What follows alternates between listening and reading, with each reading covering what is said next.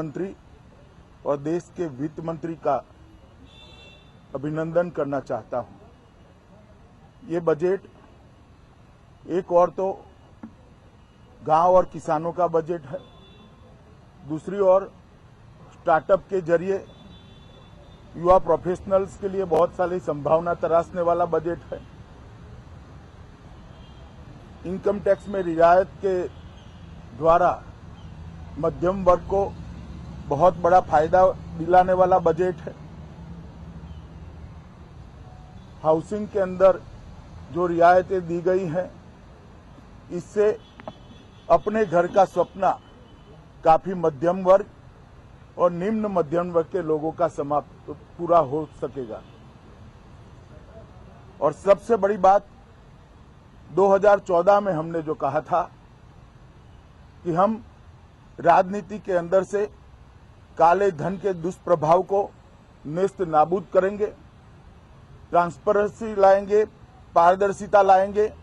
उस वादे को आज प्रधानमंत्री जी ने देश की जनता के सामने एक नई योजना रखकर पूरा किया है। 70 साल से राजनीति के अंदर काले धन का जो दुष्प्रभाव रहा, उसने भ्रष्टाचार को भी बढ़ावा दिया और उसने कई सारे दूषण हमारी लोकतांत्रिक प्रणाली में डाले। आज राजनीतिक दलों की चंदा लेने की जो कैश में चंदा लेने की सीमा थी, उसको 20,000 से घटाकर 2,000 कर भारतीय जनता पार्टी के प्रधानमंत्री जी ने एक नए युग की शुरुआत की है। इसके लिए मैं उनको बहुत बहुत बधाई देना चाहता हूं। दूसरी ओर किसानों के लिए ऋण देने का जो कुल अमाउंट था, उसमें खासी बढ़ोतरी कर 10 लाख करोड़ तक एक्सपांड किया है। मैं मानता हूं कि किसानों की आय दुगनी करने के लिए ये सबसे बड़ा महत्वपूर्ण कदम है। और प्रधानमंत्री फसल बीमा योजना की भी प्रावधान को लगभग दुगना कर प्रधानमंत्री फसल बीमा योजना के लाभार्थियों की संख्या में दुगना विस्तार करने का लक्ष्य सरकार ने रखा है। और बहुत सारी योजनाएं, ई मंडी का व्याप बढ़ाना और किसानों को अपनी फसल का उचित दाम मिल पाए, इसके लिए एक अच्छे प्लेटफॉर्म देने की बात भी प्रधानमंत्री जी ने अप्रूव की है। वित्त मंत्री जी की घोषणाओं में जो इरिगेशन के लिए नाबार्ड के तहत एक राशि रहती थी, उसके अंदर भी लगभग 50% का इजाफा कर माइक्रो इरिगेशन को भी बढ़ावा देने का काम किया है। मुद्रा योजना जो देश के आकांक्षी युवाओं के लिए, बेरोजगार युवाओं के लिए स्वरोजगार का एक माध्यम बनी है। मुद्रा योजना का बजट को भी इस साल में 2.44 लाख करोड़ रुपया 2.44 लाख करोड़ कर स्वरोजगारी के माध्यम से रोजगार प्राप्त करने वाले आकांक्षी युवाओं के लिए एक महत्वपूर्ण काम किया है। प्रधानमंत्री आवास योजना के लिए भी बहुत सारी राशि को उपलब्ध कराया गया है। महिला सशक्तिकरण के लिए बहुत सारी चीजें करी गई है, मगर हर एक सगर्भा महिला को 6,000 रुपया अपने बैंक अकाउंट में सीधा देना और सगर्भा की स्थिति में उसके न्यूट्रिशन की चिंता करना, आने वाले बच्चे की चिंता करना, मैं मानता हूं ये बहुत बड़ी बात है। झारखंड और एम्स गुजरात को 2 नए एम्स देकर एम्स का दायरा विस्तृत करने का काम किया है।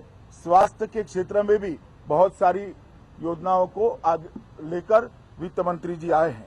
रक्षा बजट को बढ़ाकर मैं पेंशन और बाकी चीजों का जो बोझ होता है उसको बाद कर कह रहा हूं।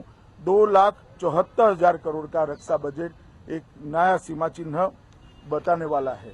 मित्रों, मनरेगा के माध्यम से देश के गरीब को जो रोजगारी की सुरक्षा मिलती है, उसको भी उसका दायरा बढ़ा दिया और इस बजट के अंदर उसको 48,000 करोड़ तक 48,000 करोड़ तक लिया है।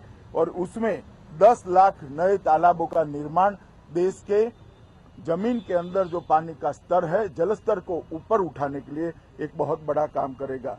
विद्युतीकरण के लिए 1 मई 2018 को देश के सभी गांवों में बिजली पहुंचाने का काम समाप्त हो जाएगा। पहले हमने उसको जो फंड दिया था उससे ज्यादा फंड देकर द्रुत गति से काम को आगे बढ़ाया जाएगा। रेलवे को भी उचित ही महत्व बजट में दिया गया है।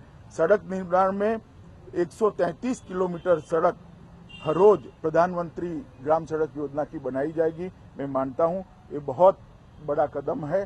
काले धन रखने वालों पर बहुत बड़ी नकल कसने के बहुत सारे कानूनी प्रावधान की घोषणा वित्त मंत्री जी ने की है, जो बजट के आने वाले सेशन के अंदर वो लेकर आएंगे। और ये सब करने के बाद भी फिस्कल डिफिसिट को 3.2% तक रखने का एक लक्ष्यांक रखा है। मैं मानता हूं सभी दृष्टि से ये बजट एक परिपूर्ण बजट है। विकास को गति देने वाला बजट होगा, रोजगारी को गति देने वाला बजट होगा, कृषि विकास दर को गति देने वाला बजट होगा और मध्यम वर्ग, निम्न मध्यम वर्ग और गरीब के लिए काफी सारी सुविधाएं लेकर आने वाला ये बजट है। मैं फिर से एक बार प्रधानमंत्री जी और वित्त मंत्री जी को हृदय से और देश के जनता की ओर से और भारतीय जनता पार्टी के करोड़ों कार्यकर्ता की ओर से बहुत बहुत धन्यवाद देता हूं, उनका अभिनंदन करता हूं। धन्यवाद। नई दुनिया है, नया दौर है, नई है उमंग। कुछ थे पहले के तरीके तो कुछ हैं आज के रंग ढंग। रोशनी आके अंधेरों से जो टकराई है, काले धन को भी बदलना पड़ा आज अपना रंग।